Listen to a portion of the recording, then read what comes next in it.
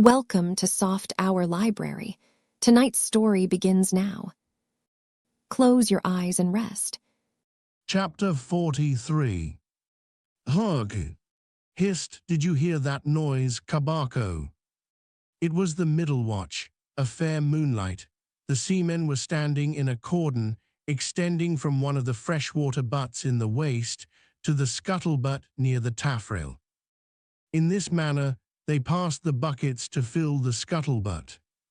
Standing, for the most part, on the hallowed precincts of the quarterdeck, they were careful not to speak or rustle their feet. From hand to hand, the buckets went in the deepest silence, only broken by the occasional flap of a sail and the steady hum of the unceasingly advancing keel. It was in the midst of this repose that Archie, one of the cordon, whose post was near the after hatches, whispered to his neighbor, Acholo, the words above. Hist, did you hear that noise, Kabako? Take the bucket, will ye, Archie? What noise do you mean? There it is again, under the hatches. Don't you hear it? A cough. It sounded like a cough. Cough be damned. Pass along that return bucket. There again, there it is. It sounds like 2 or 3 sleepers turning over now. Caramba, have done, shipmate, will ye? It's the 3 soaked biscuits ye eat for supper turning over inside of ye, nothing else. Look to the bucket. Say what ye will, shipmate, I've sharp ears. You are the chap, ain't ye, that heard the hum of the old quackeress's knitting needles 50 miles at sea from Nantucket? You're the chap. Grin away, we'll see what turns up. Hark ye, Kabako, there is somebody down in the after hold that has not yet been seen on deck, and I suspect our old mogul knows something of it too. I heard Stubb tell Flask, one morning watch, that there was something of that sort in the wind. Tish the bucket. Chapter 44. The chart. Had you followed Captain Ahab down into his cabin after the squall that took place on the night succeeding that wild ratification of his purpose with his crew, you would have seen him go to a locker in the transom, and bringing out a large wrinkled roll of yellowish sea charts, spread them before him on his screwed-down table. Then seating himself before it, you would have seen him intently study the various lines and shadings which there met his eye, and with slow but steady pencil trace additional courses over spaces that before were blank. At intervals, he would refer to piles of old logbooks beside him, wherein were set down the seasons and places in which, on various former voyages of various ships, sperm whales had been captured or seen. While thus employed, the heavy pewter lamp suspended in chains over his head continually rocked with the motion of the ship, and forever threw shifting gleams and shadows of lines upon his wrinkled brow, till it almost seemed that while he himself was marking out lines and courses on the wrinkled charts, some invisible pencil was also tracing lines and courses upon the deeply marked chart of his forehead. But it was not this night in particular that, in the solitude of his cabin, Ahab thus pondered over his charts. Almost every night they were brought out. Almost every night some pencil marks were effaced and others were substituted. For with the charts of all 4 oceans before him, Ahab was threading a maze of currents and eddies, with a view to the more certain accomplishment of that monomaniac thought of his soul.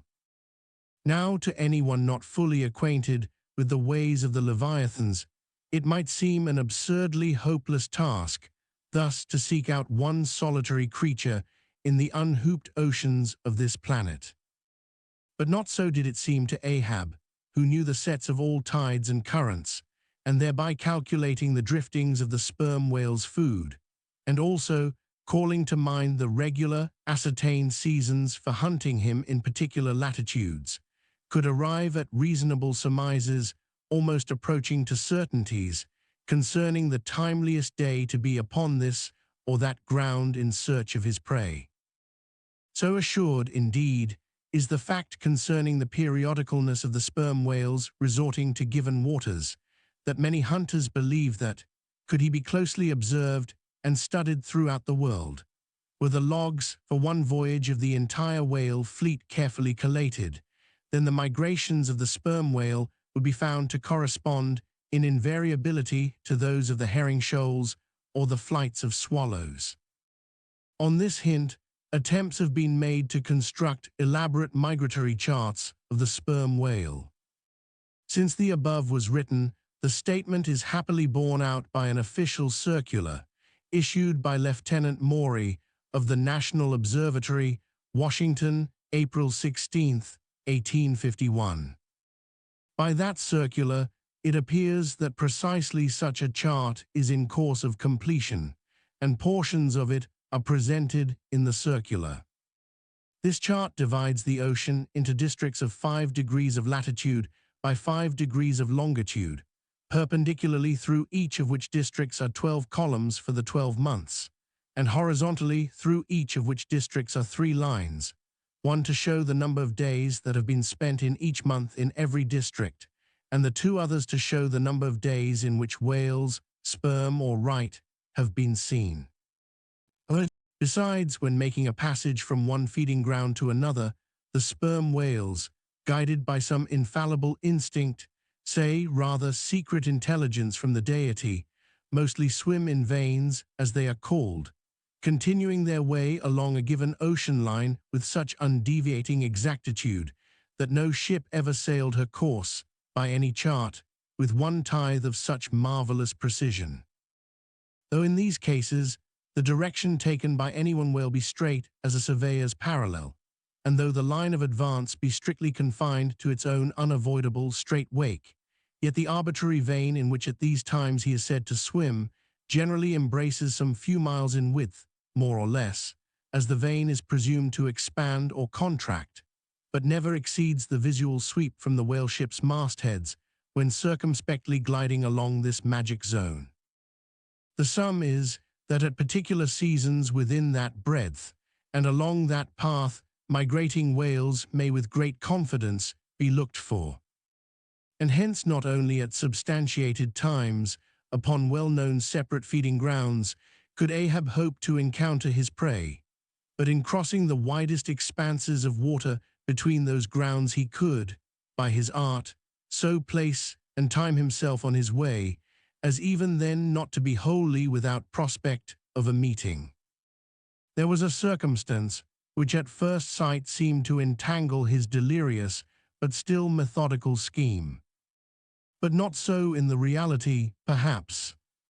Though the gregarious sperm whales have their regular seasons for particular grounds, yet in general you cannot conclude that the herds which haunted such and such a latitude or longitude this year, say, will turn out to be identically the same with those that were found there the preceding season, though there are peculiar and unquestionable instances where the contrary of this has proved true. In general, the same remark, only within a less wide limit, applies to the solitaries and hermits among the matured, aged sperm whales.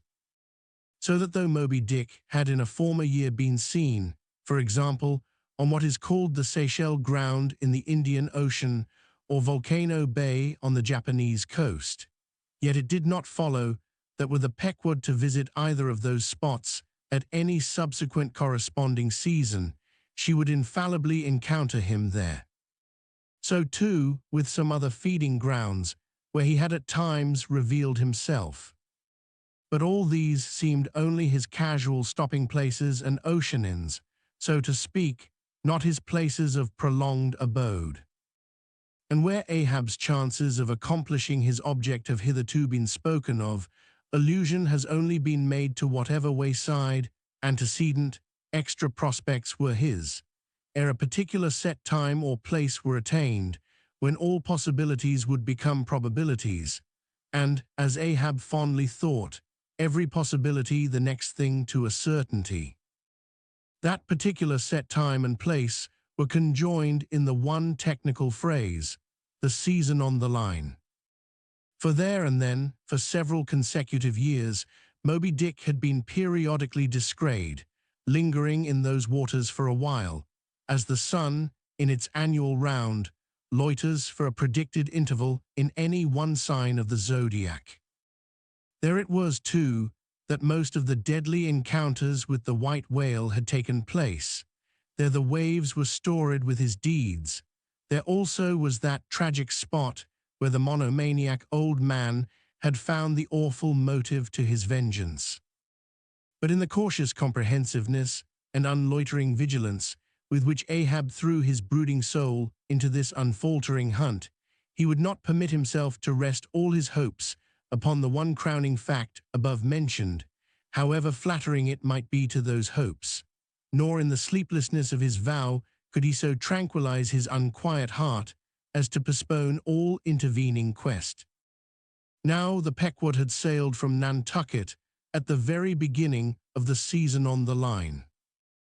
No possible endeavor then could enable her commander to make the great passage southwards, double Cape Horn, and then running down 60 degrees of latitude, arrive in the equatorial Pacific in time to cruise there. Therefore, he must wait for the next ensuing season. Yet the premature hour of the Pequod's sailing had, perhaps, been correctly selected by Ahab, with a view to this very complexion of things. Because an interval of 365 days and nights was before him, an interval which, instead of impatiently enduring ashore, he would spend in a miscellaneous hunt.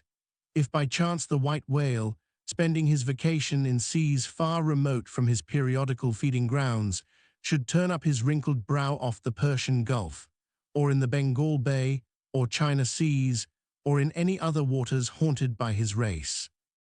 So that monsoons, pampas, nor'westers, harmattans, trades, any wind but the Levanter and Simoon might blow Moby-Dick into the devious zigzag world circle of the Pequod's circumnavigating wake. But granting all this, yet regarded discreetly and coolly, seems it not but a mad idea this, that in the broad boundless ocean one solitary whale, even if encountered, should be thought capable of individual recognition from his hunter, even as a white-bearded mufti in the thronged thoroughfares of Constantinople? Yes. For the peculiar snow-white brow of Moby-Dick and his snow-white hump could not but be unmistakable. And have I not tallied the whale? Ahab would mutter to himself, as after poring over his charts till long after midnight he would throw himself back in reveries. Tallied him, and shall he escape? His broad fins are bored and scalloped out like a lost sheep's ear. And here his mad mind would run on in a breathless race, till a weariness and faintness of pondering came over him, and in the open air of the deck he would seek to recover his strength. Ah God, what trances of torments does that man endure, who is consumed with one unachieved revengeful desire?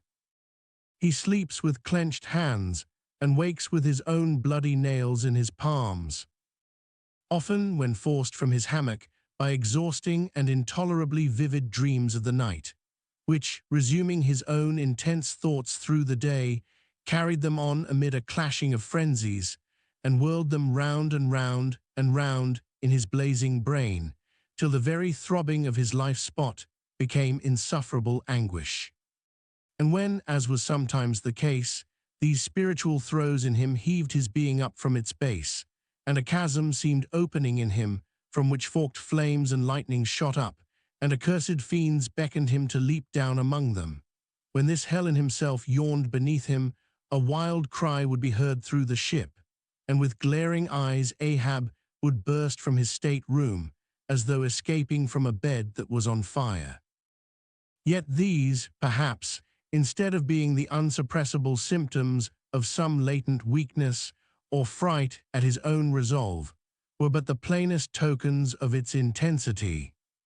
For at such times, crazy Ahab, the scheming, unappeasedly steadfast hunter of the white whale, this Ahab that had gone to his hammock, was not the agent that so caused him to burst from it in horror again.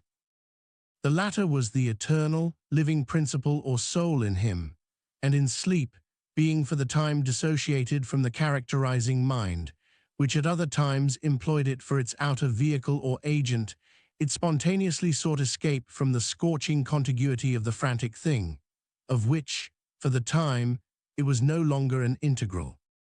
But as the mind does not exist unless leagued with the soul, therefore it must have been that, in Ahab's case, yielding up all his thoughts and fancies to his one supreme purpose, that purpose, by its own sheer inveteracy of will, forced itself against gods and devils into a kind of self-assumed, independent being of its own.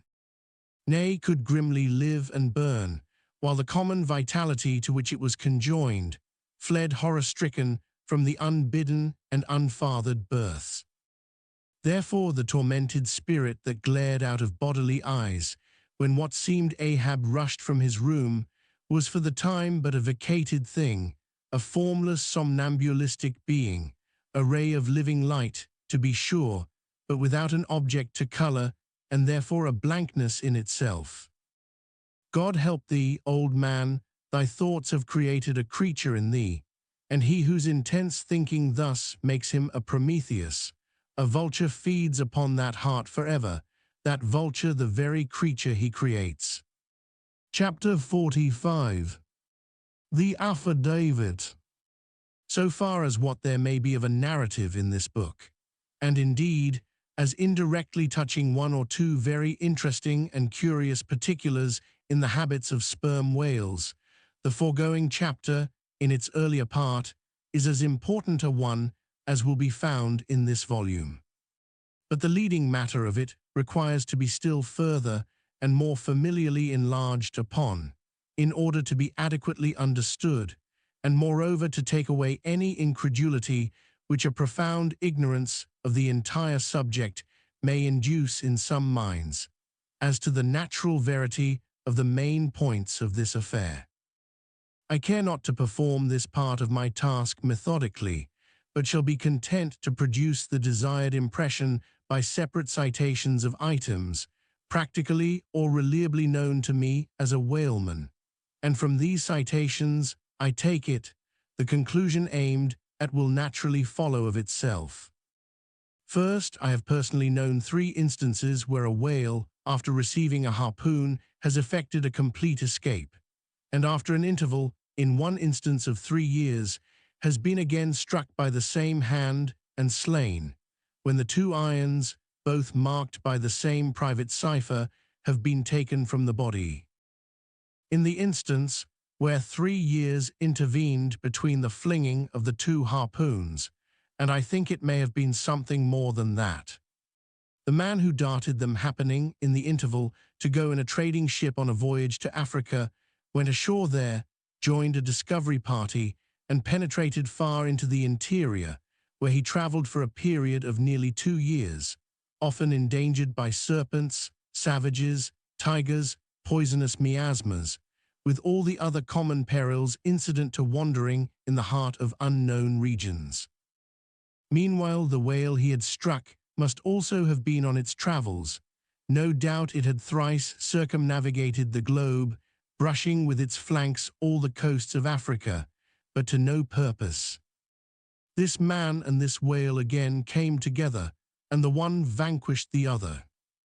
I say I myself have known 3 instances similar to this, that is, in 2 of them I saw the whales struck, and upon the second attack saw the 2 irons with the respective marks cut in them, afterwards taken from the dead fish. In the 3-year instance, it so fell out that I was in the boat both times, first and last, and the last time distinctly recognized a peculiar sort of huge mole under the whale's eye, which I had observed there 3 years previous. I say 3 years, but I am pretty sure it was more than that. Here are 3 instances, then, which I personally know the truth of, but I have heard of many other instances from persons whose veracity in the matter there is no good ground to impeach. Secondly, it is well known in the sperm whale fishery, however ignorant the world ashore may be of it, that there have been several memorable historical instances where a particular whale in the ocean has been at distant times and places popularly cognizable. Why such a whale became thus marked was not altogether and originally owing to his bodily peculiarities as distinguished from other whales. For however peculiar in that respect any chance whale may be, they soon put an end to his peculiarities by killing him and boiling him down into a peculiarly valuable oil. No, the reason was this, that from the fatal experiences of the fishery there hung a terrible prestige of perilousness about such a whale as there did about Rinaldo Rinaldini, insomuch that most fishermen were content to recognize him by merely touching their tarpaulins when he would be discovered lounging by them on the sea, without seeking to cultivate a more intimate acquaintance. Like some poor devils ashore that happen to know an irascible great man, they make distant, unobtrusive salutations to him in the street, lest if they pursued the acquaintance further, they might receive a summary thump for their presumption. But not only did each of these famous whales enjoy great individual celebrity, nay, you may call it an ocean-wide renown. Not only was he famous in life, and now is immortal in forecastle stories after death, but he was admitted into all the rights, privileges, and distinctions of a name, had as much a name indeed as Cambyses or Caesar. Was it not so, O Timor Tom, thou famed Leviathan, scarred like an iceberg, who so long didst he lurk in the oriental straits of that name, whose spout was oft seen from the palmy beach of Ombay? Was it not so, O New Zealand Jack, thou terror of all cruisers that crossed their wakes in the vicinity of the Tattoo Land? Was it not so, O Morquan, King of Japan, whose lofty jet they say at times assumed the semblance of a snow-white cross against the sky? Was it not so, O Don Miguel, thou Chilean whale, marked like an old tortoise with mystic hieroglyphics upon the back? In plain prose, here are 4 whales as well known to the students of cetacean history as Marius or Scylla to the classic scholar. But this is not all. New Zealand Tom and Don Miguel, after at various times creating great havoc among the boats of different vessels, were finally gone in quest of, systematically hunted out, chased and killed by valiant whaling captains, who heaved up their anchors with that express object as much in view, as in setting out through the Narragansett woods, Captain Butler of old had it in his mind to capture that notorious murderous savage Anawan, the headmost warrior of the Indian King Philip. I do not know where I can find a better place than just here to make mention of 1 or 2 other things, which to me seem important, as in printed form, establishing in all respects the reasonableness of the whole story of the white whale, more especially the catastrophe. For this is one of those disheartening instances where truth requires full as much bolstering as error. So ignorant are most landsmen of some of the plainest and most palpable wonders of the world, that without some hints touching the plain facts, historical and otherwise, of the fishery, they might scout at Moby-Dick as a monstrous fable, or still worse and more detestable, a hideous and intolerable allegory. First, though most men have some vague flitting ideas of the general perils of the grand fishery, yet they have nothing like a fixed, vivid conception of those perils and the frequency with which they recur. One reason perhaps is that not 1 in 50 of the actual disasters and deaths by casualties in the fishery ever finds a public record at home, however transient and immediately forgotten that record. Do you suppose that that poor fellow there, who this moment perhaps caught by the whale line off the coast of New Guinea, is being carried down to the bottom of the sea by the sounding Leviathan? Do you suppose that that poor fellow's name will appear in the newspaper obituary you will read tomorrow at your breakfast? No, because the mails are very irregular between here and New Guinea. In fact, did you ever hear what might be called regular news direct or indirect from New Guinea? Yet I tell you that upon one particular voyage which I made to the Pacific, among many others, we spoke 30 different ships, every one of which had had a death by a whale, some of them more than one, and 3 that had each lost a boat's crew. For God's sake, be economical with your lamps and candles. Not a gallon you burn, but at least 1 drop of man's blood was spilled for it. Secondly, people ashore have indeed some indefinite idea that a whale is an enormous creature of enormous power, but I have ever found that when narrating to them some specific example of this twofold enormousness, they have significantly complimented me upon my facetiousness. When I declare upon my soul, I had no more idea of being facetious than Moses, when he wrote the history of the plagues of Egypt. But fortunately, the special point I here seek can be established upon testimony entirely independent of my own. That point is this: the sperm whale is in some cases sufficiently powerful, knowing, and judiciously malicious, as with direct aforethought to stave in, utterly destroy, and sink a large ship, and what is more, the sperm whale has done it. First, in the year 1820, the ship Essex, Captain Pollard of Nantucket, was cruising in the Pacific Ocean. One day she saw spouts, lowered her boats, and gave chase to a shoal of sperm whales. Ere long, several of the whales were wounded, when suddenly a very large whale escaping from the boats issued from the shoal and bore directly down upon the ship. Dashing his forehead against her hull, he so stove her in that in less than 10 minutes she settled down and fell over. Not a surviving plank of her has been seen since. After the severest exposure, part of the crew reached the land in their boats.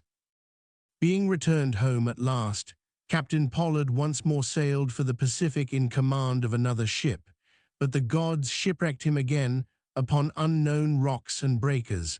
For the second time his ship was utterly lost, and forthwith forswearing the sea, he has never tempted it since. At this day Captain Pollard is a resident of Nantucket.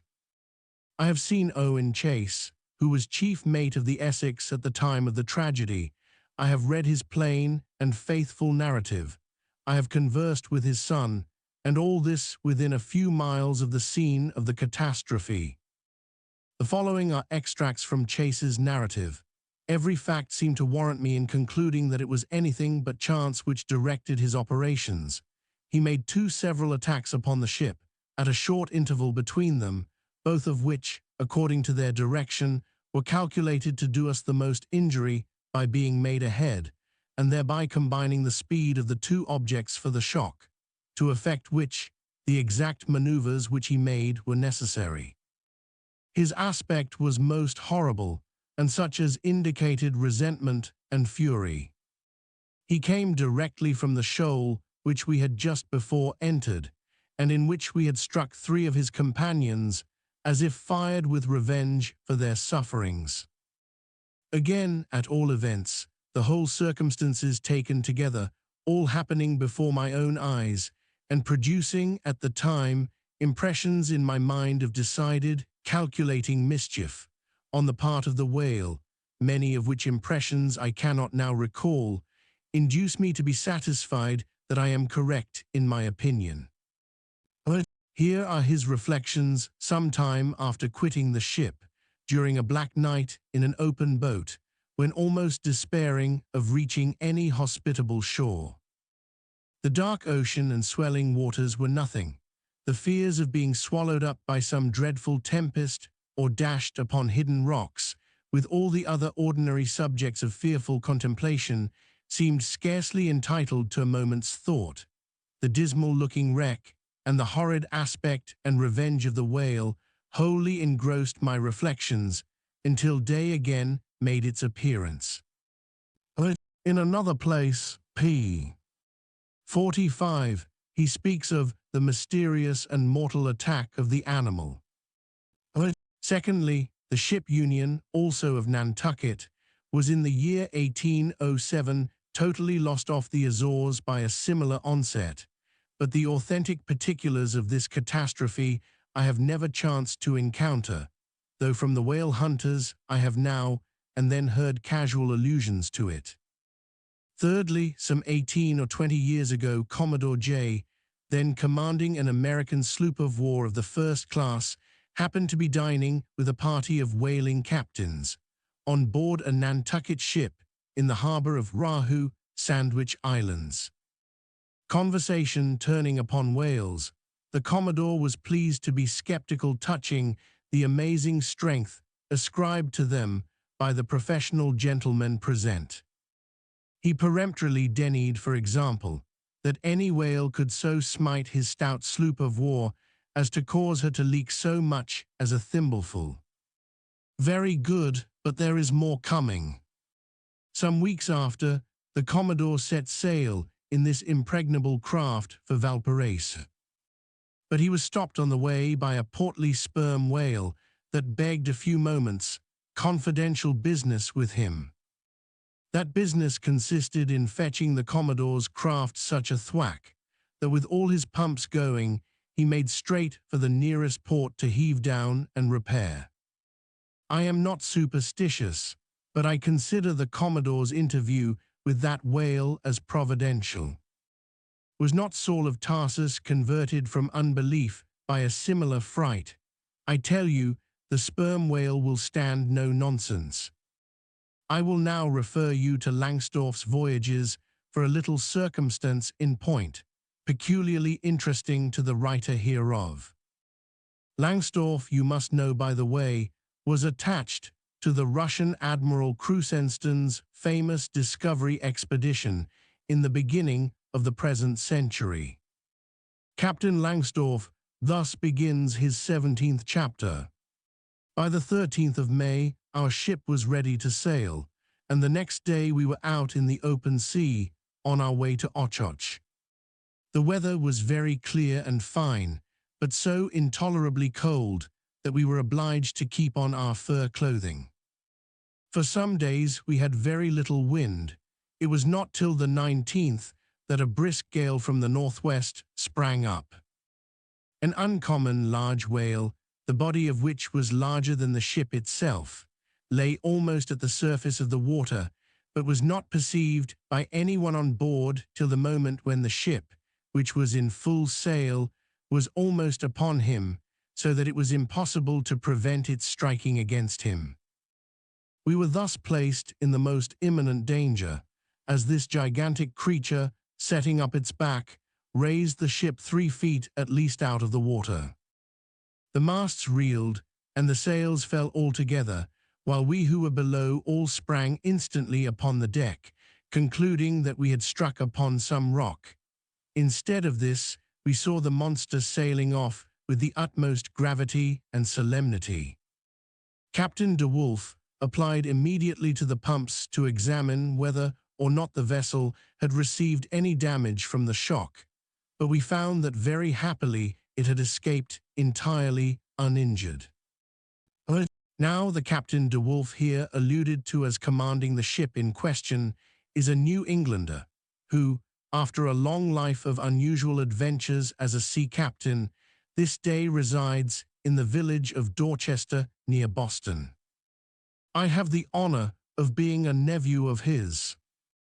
I have particularly questioned him concerning this passage in Langsdorff. He substantiates every word.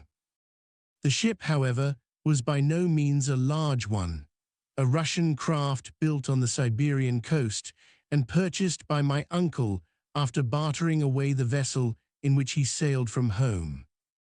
In that up-and-down manly book of old-fashioned adventure, so full, too, of honest wonders, The Voyage of Lionel Wafer, one of Ancient Dampier's old chums, I found a little matter set down so like that just quoted from Langsdorff that I cannot forbear inserting it here for a corroborative example, if such be needed. Lionel, it seems, was on his way to John Ferdinando, as he calls the modern Juan Fernandez. In our way thither, he says, about 4 o'clock in the morning, when we were about 150 leagues from the main of America, our ship felt a terrible shock, which put our men in such consternation that they could hardly tell where they were or what to think, but everyone began to prepare for death. And indeed, the shock was so sudden and violent that we took it for granted the ship had struck against a rock. But when the amazement was a little over, we cast the lead and sounded, but found no ground. The suddenness of the shock made the guns leap in their carriages, and several of the men were shaken out of their hammocks. Captain Davis, who lay with his head on a gun, was thrown out of his cabin. Lionel then goes on to impute the shock to an earthquake, and seems to substantiate the imputation by stating that a great earthquake, somewhere about that time, did actually do great mischief along the Spanish land. But I should not much wonder if, in the darkness of that early hour of the morning, the shock was after all caused by an unseen whale vertically bumping the hull from beneath. I might proceed with several more examples, one way or another known to me, of the great power and malice at times of the sperm whale. In more than one instance, he has been known not only to chase the assailing boats back to their ships, but to pursue the ship itself, and long withstand all the lances hurled at him from its decks. The English ship Pusey Hall can tell a story on that head, and as for his strength, let me say that there have been examples where the lines attached to a running sperm whale have, in a calm, been transferred to the ship and secured there, the whale towing her great hull through the water, as a horse walks off with a cart. Again, it is very often observed that if the sperm whale once struck is allowed time to rally, he then acts, not so often with blind rage, as with willful, deliberate designs of destruction to his pursuers. Nor is it without conveying some eloquent indication of his character, that upon being attacked, he will frequently open his mouth, and retain it in that dread expansion for several consecutive minutes.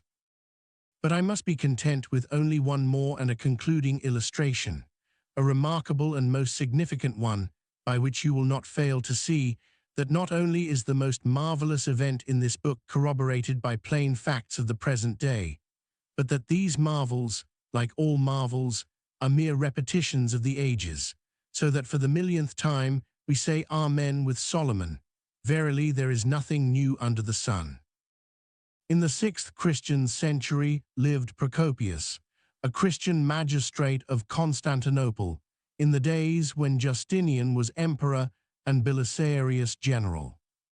As many know, he wrote the history of his own times, a work every way of uncommon value. By the best authorities, he has always been considered a most trustworthy and unexaggerating historian, except in some one or two particulars not at all affecting the matter presently to be mentioned.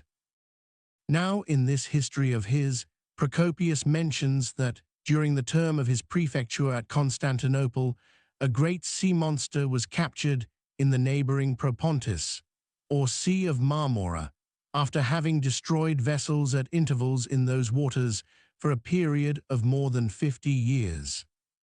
A fact thus set down in substantial history cannot easily be gainsaid. Nor is there any reason it should be. Of what precise species this sea monster was is not mentioned. But as he destroyed ships, as well as for other reasons, he must have been a whale, and I am strongly inclined to think a sperm whale. And I will tell you why. For a long time, I fancied that the sperm whale had been always unknown in the Mediterranean and the deep waters connecting with it. Even now I am certain that those seas are not, and perhaps never can be, in the present constitution of things, a place for his habitual gregarious resort. But further investigations have recently proved to me that in modern times there have been isolated instances of the presence of the sperm whale in the Mediterranean. I am told, on good authority, that on the Barbary coast, a Commodore Davis of the British Navy found the skeleton of a sperm whale. Now, as a vessel of war readily passes through the Dardanelles, hence a sperm whale could, by the same route, pass out of the Mediterranean into the Propontis. In the Propontis, as far as I can learn, none of that peculiar substance called brit is to be found, the aliment of the right whale. But I have every reason to believe that the food of the sperm whale, squid, or cuttlefish lurks at the bottom of that sea, because large creatures, but by no means the largest of that sort, have been found at its surface. If then you properly put these statements together and reason upon them a bit, you will clearly perceive that, according to all human reasoning, Procopius's sea monster, that for half a century stove the ships of a Roman emperor, must in all probability have been a sperm whale. Chapter 46. Surmises. Though consumed with the hot fire of his purpose, Ahab in all his thoughts and actions ever had in view the ultimate capture of Moby-Dick, though he seemed ready to sacrifice all mortal interests to that one passion. Nevertheless, it may have been that he was by nature and long habituation far too wedded to a fiery whaleman's ways, altogether to abandon the collateral prosecution of the voyage. Or at least if this were otherwise, there were not wanting other motives much more influential with him. It would be refining too much, perhaps, even considering his monomania, to hint that his vindictiveness towards the white whale might have possibly extended itself in some degree to all sperm whales, and that the more monsters he slew by so much the more he multiplied the chances that each subsequently encountered whale would prove to be the hated one he hunted. But if such an hypothesis be indeed exceptionable, there were still additional considerations which, though not so strictly according with the wildness of his ruling passion, yet were by no means incapable of swaying him. To accomplish his object, Ahab must use tools, and of all tools used in the shadow of the moon, men are most apt to get out of order. He knew, for example, that however magnetic his ascendancy in some respects was over Starbuck, yet that ascendancy did not cover the complete spiritual man any more than mere corporeal superiority involves intellectual mastership. For to the purely spiritual, the intellectual but stand in a sort of corporeal relation. Starbuck's body and Starbuck's coerced will were Ahab's, so long as Ahab kept his magnet at Starbuck's brain. Still he knew that for all this the chief mate, in his soul, abhorred his captain's quest, and could he, would joyfully disintegrate himself from it, or even frustrate it. It might be that a long interval would elapse ere the white whale was seen. During that long interval Starbuck would ever be apt to fall into open relapses of rebellion against his captain's leadership, unless some ordinary, prudential, circumstantial influences were brought to bear upon him. Not only that, but the subtle insanity of Ahab respecting Moby-Dick was noways more significantly manifested than in his superlative sense and shrewdness in foreseeing that, for the present, the hunt should in some way be stripped of that strange imaginative impiousness which naturally invested it, that the full terror of the voyage must be kept withdrawn into the obscure background, for few men's courage is proof against protracted meditation unrelieved by action. That when they stood their long night watches, his officers and men must have some nearer things to think of than Moby-Dick. For however eagerly and impetuously the savage crew had hailed the announcement of his quest, yet all sailors of all sorts are more or less capricious and unreliable. They live in the varying outer weather, and they inhale its fickleness, and when retained for any object remote and blank in the pursuit, however promissory of life and passion in the end, it is above all things requisite that temporary interests and employments should intervene and hold them healthily suspended for the final. Nor was Ahab unmindful of another thing. In times of strong emotion, mankind disdain all base considerations, but such times are evanescent. The permanent constitutional condition of the manufactured man, thought Ahab, is sordidness. Granting that the white whale fully incites the hearts of this my savage crew, and playing round their savageness even breeds a certain generous knight-errantism in them, still, while for the love of it they give chase to Moby-Dick, they must also have food for their more common, daily appetites. For even the high-lifted and chivalric crusaders of old times were not content to traverse 2,000 miles of land to fight for their holy sepulchre, without committing burglaries, picking pockets, and gaining other pious perquisites by the way. Had they been strictly held to their one final and romantic object, that final and romantic object too many would have turned from in disgust. I will not strip these men, thought Ahab, of all hopes of cash. Aye, cash. They may scorn cash now, but let some months go by and no perspective promise of it to them, and then this same quiescent cash all at once mutinying in them, this same cash would soon cashier Ahab. Nor was there wanting still another precautionary motive, more related to Ahab personally. Having impulsively, it is probable, and perhaps somewhat prematurely revealed the prime but private purpose of the Pequod's voyage, Ahab was now entirely conscious that in so doing he had indirectly laid himself open to the unanswerable charge of usurpation, and with perfect impunity, both moral and legal, his crew, if so disposed, and to that incompetent, could refuse all further obedience to him, and even violently wrest from him the command. From even the barely hinted imputation of usurpation and the possible consequences of such a suppressed impression gaining ground, Ahab must of course have been most anxious to protect himself.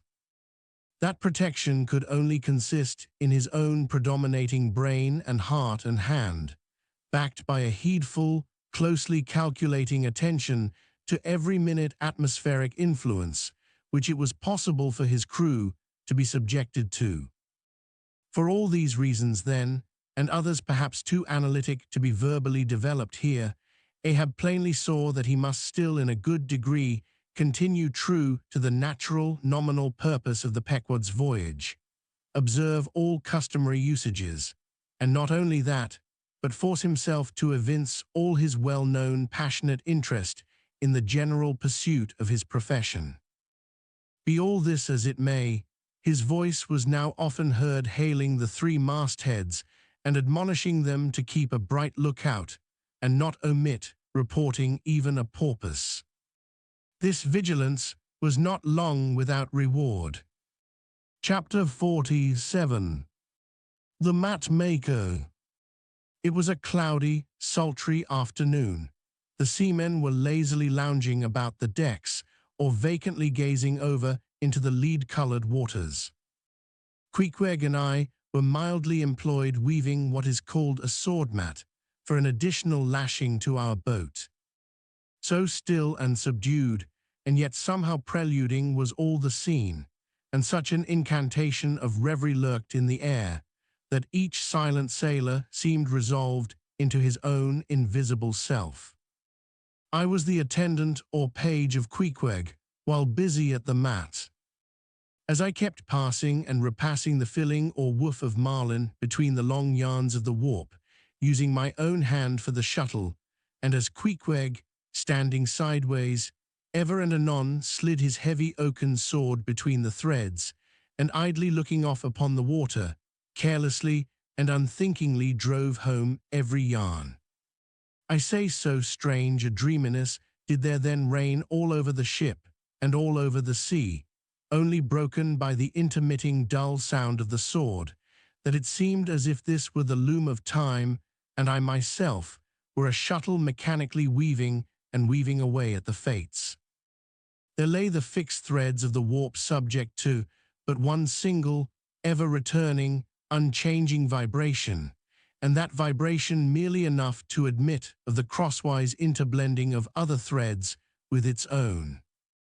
This warp seemed necessity, and here, thought I, with my own hand I ply my own shuttle and weave my own destiny into these unalterable threads. Meantime, Queequeg's impulsive, indifferent sword sometimes hitting the woof slantingly, or crookedly, or strongly, or weakly, as the case might be, and by this difference in the concluding blow producing a corresponding contrast in the final aspect of the completed fabric. This savage's sword, thought I, which thus finally shapes and fashions both warp and woof. This easy, indifferent sword must be chance. Aye, chance, free will, and necessity, nowise incompatible, all interweavingly working together. The straight warp of necessity, not to be swerved from its ultimate course, its every alternating vibration, indeed, only tending to that. Free will still free to ply her shuttle between given threads, and chance, though restrained in its play within the right lines of necessity, and sideways in its motions directed by free will, though thus prescribed to by both, chance by turns rules either, and has the last featuring blow at events. Thus we were weaving and weaving away when I started at a sound so strange, long-drawn, and musically wild and unearthly, that the ball of free will dropped from my hand, and I stood gazing up at the clouds, whence that voice dropped like a wing. High aloft in the cross-trees was that mad gay header, Tashtigo. His body was reaching eagerly forward, his hand stretched out like a wand, and at brief, sudden intervals he continued his cries. To be sure, the same sound was that very moment perhaps being heard all over the seas, from hundreds of whalemen's lookouts perched as high in the air. But from few of those lungs could that accustomed old cry have derived such a marvelous cadence as from Tashtigo the Indian's. As he stood hovering over you half suspended in air, so wildly and eagerly peering towards the horizon, you would have thought him some prophet or seer beholding the shadows of fate, and by those wild cries announcing their coming. There she blows, there she blows, she blows. Where away? On the lee beam, about 2 miles off, a school of them. Instantly, all was commotion. The sperm whale blows as a clock ticks, with the same undeviating and reliable uniformity. And thereby whalemen distinguish this fish from other tribes of his genus. There go flukes, was now the cry from Tashtigo, and the whales disappeared. Quick, steward, cried Ahab. Time, time. Doughboy hurried below, glanced at the watch, and reported the exact minute to Ahab. The ship was now kept away from the wind, and she went gently rolling before it. Tashtigo reporting that the whales had gone down heading to leeward, we confidently looked to see them again directly in advance of our bows. For that singular craft at times evinced by the sperm whale, when sounding with his head in one direction, he nevertheless, while concealed beneath the surface, mills round, and swiftly swims off in the opposite quarter. This deceitfulness of his could not now be in action, for there was no reason to suppose that the fish seen by Tashtigo had been in any way alarmed, or indeed knew at all of our vicinity. One of the men selected for ship-keepers, that is, those not appointed to the boats, by this time relieved the Indian at the mainmast head. The sailors at the fore and mizzen had come down, the line tubs were fixed in their places, the cranes were thrust out, the mainyard was backed, and the 3 boats swung over the sea like 3 samphire baskets over high cliffs. Outside of the bulwarks, their eager crews with one hand clung to the rail, while one foot was expectantly poised on the gunwale. So looked the long line of man-of-war's men about to throw themselves on board an enemy's ship. But at this critical instant, a sudden exclamation was heard that took every eye from the whale. With a start, all glared at dark Ahab, who was surrounded by 5 dusky phantoms that seemed fresh formed out of air.